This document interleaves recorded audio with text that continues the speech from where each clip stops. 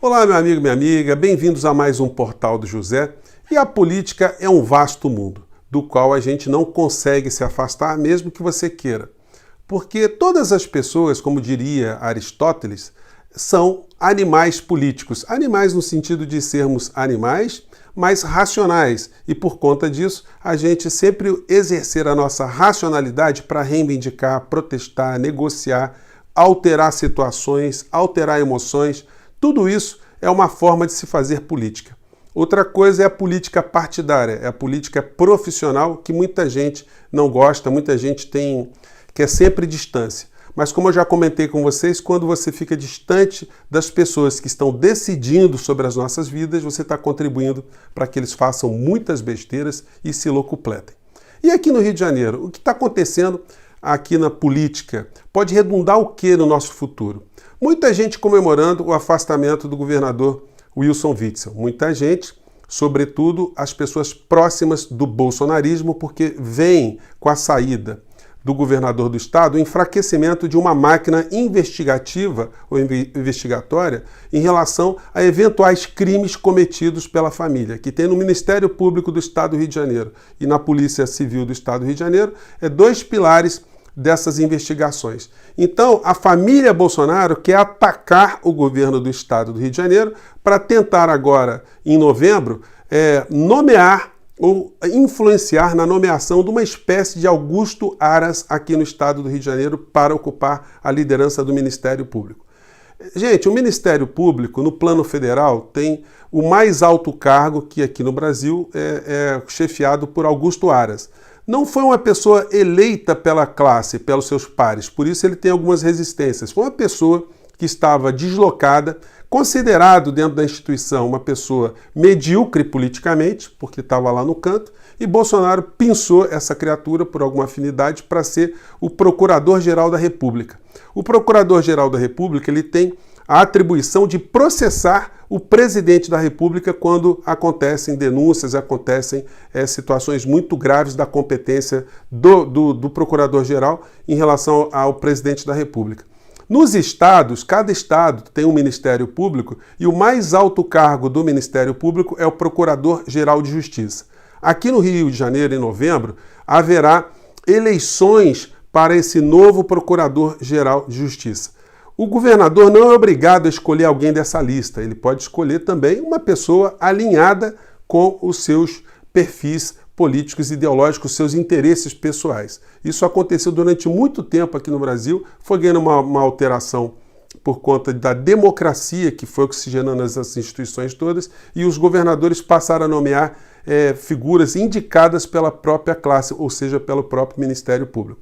Então a família Bolsonaro tem muito interesse em que Wilson Witzel não esteja mais no cargo e que a influência que possa ser exercida junto ao novo Procurador-Geral de Justiça do Rio de Janeiro seja por indicação da família Bolsonaro. Então, eles teriam que ter o controle sobre o vice que vai substituir Wilson Witzel. Mas o vice também está sendo denunciado no esquema do partido do pastor Everaldo. O pastor Everaldo é uma espécie de santo casamenteiro que junta no mesmo casamento a Flor de Lis, o pastor Ottoni de Paula, a família Bolsonaro, Wilson Witzel, enfim, no final da história, como a gente está vendo nas matérias, sobra muito dinheiro na conta do pastor, dos seus filhos e poder político. Muita gente indicada, muita gente usando a religião como biombo central, mas por trás eles estão sempre se locupletando, fazendo negócio, enfim, pervertendo, né, o sentido importantíssimo que tem na vida das pessoas, a sua conexão espiritual, o seu tempo que dedica a coisas nobres, a coisas importantes. A gente já tratou disso em alguns temas, né, mas vamos voltar aqui para a política. O mesmo ministro que afastou o Wilson Witzel, um ministro do STJ, que é uma instância anterior ao Supremo Tribunal Federal, que é composto por 33 ministros. Esse ministro, o Benedito Gonçalves, ele afastou então o Wilson Witzel. Nada garante que ele não afastará também o vice-governador. Se esses dois afastamentos acontecerem, quem vira governador do estado do Rio de Janeiro? o senhor André Siciliano, presidente da Assembleia Legislativa. E quem é André Siciliano?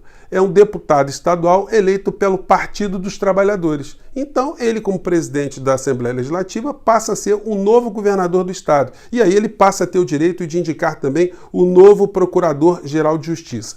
Vocês estão vendo como é que o xadrez está complicado?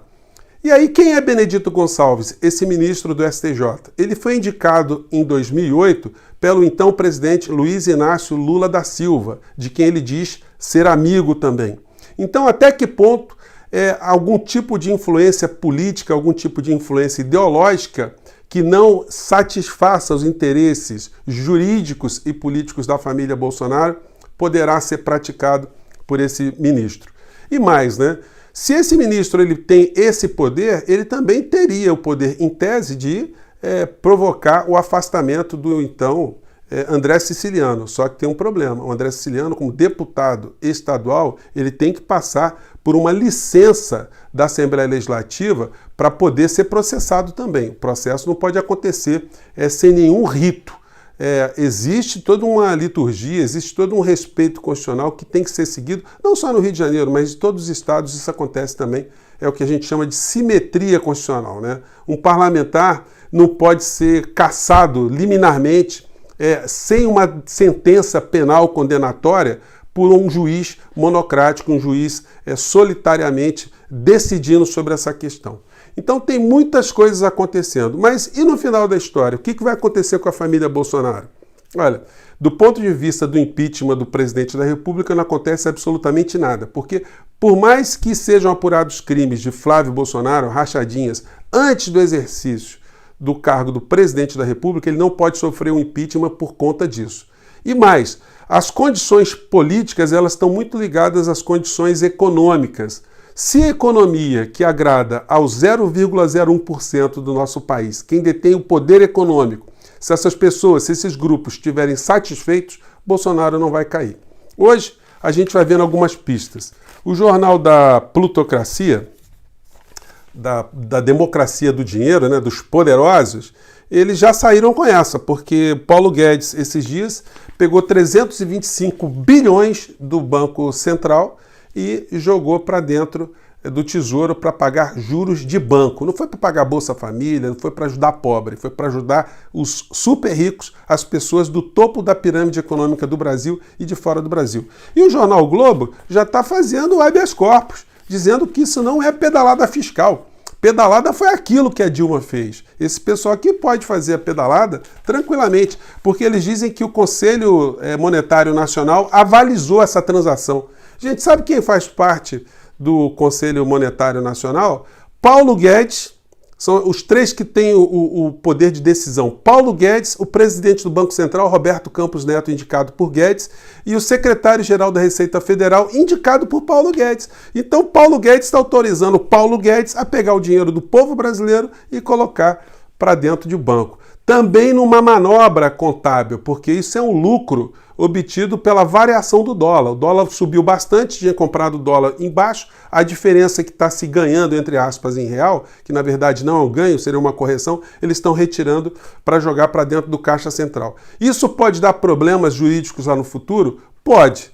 Por enquanto, o Bolsonaro está surfando, ele está com o Congresso na mão, está com os meios de comunicação fazendo críticas, mas apoiando a política econômica. Mas caindo desgraça lá na frente, vai ter muita gente presa. Até lá, Paulo Guedes vai estar com uns 80 anos, vai estar vivendo num paraíso fiscal qualquer, vai estar morto e não está se importando com isso. Essas criaturas que têm essa mentalidade psicopática de atuarem contra povos, esses caras dormem super tranquilos, eles não têm remorso, não têm nenhum tipo de sentimento. E a gente vai vendo tudo isso nesse tipo de matéria aqui, ó.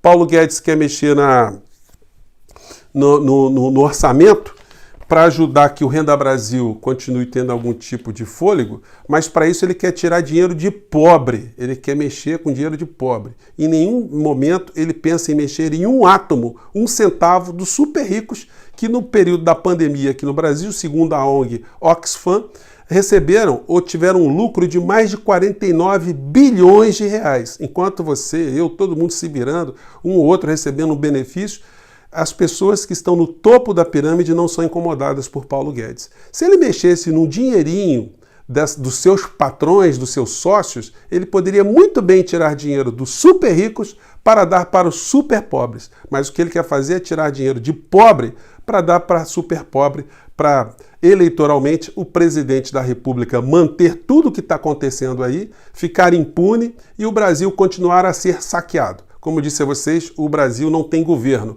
O Brasil tem um ajuntamento de esquemas. E Bolsonaro tem o seu próprio esquema, que é sobreviver sem que a polícia bata às suas portas. Enquanto ele estiver como presidente, ele sabe que ele tem uma grande imunidade e sabe que ele pode bloquear muitas investigações, pode atuar politicamente para fazer muitos muros. Mas a questão é que se alguma coisa sair do controle, aqui no Rio de Janeiro, a gente pode vir a ter um governador do Partido dos Trabalhadores por esse tipo de ação que a família Bolsonaro tem realizado. Seria uma coisa extraordinária do ponto de vista político, né? Vamos aguardar os próximos movimentos, porque essa gente não brinca em serviço. Eles estão analisando todas essas componentes e uma coisa eu garanto, esse pessoal não quer ver ninguém de esquerda tomando conta de governo em lugar nenhum. Eu fico por aqui, vamos aguardar os acontecimentos e até o nosso próximo vídeo. Tchau, gente!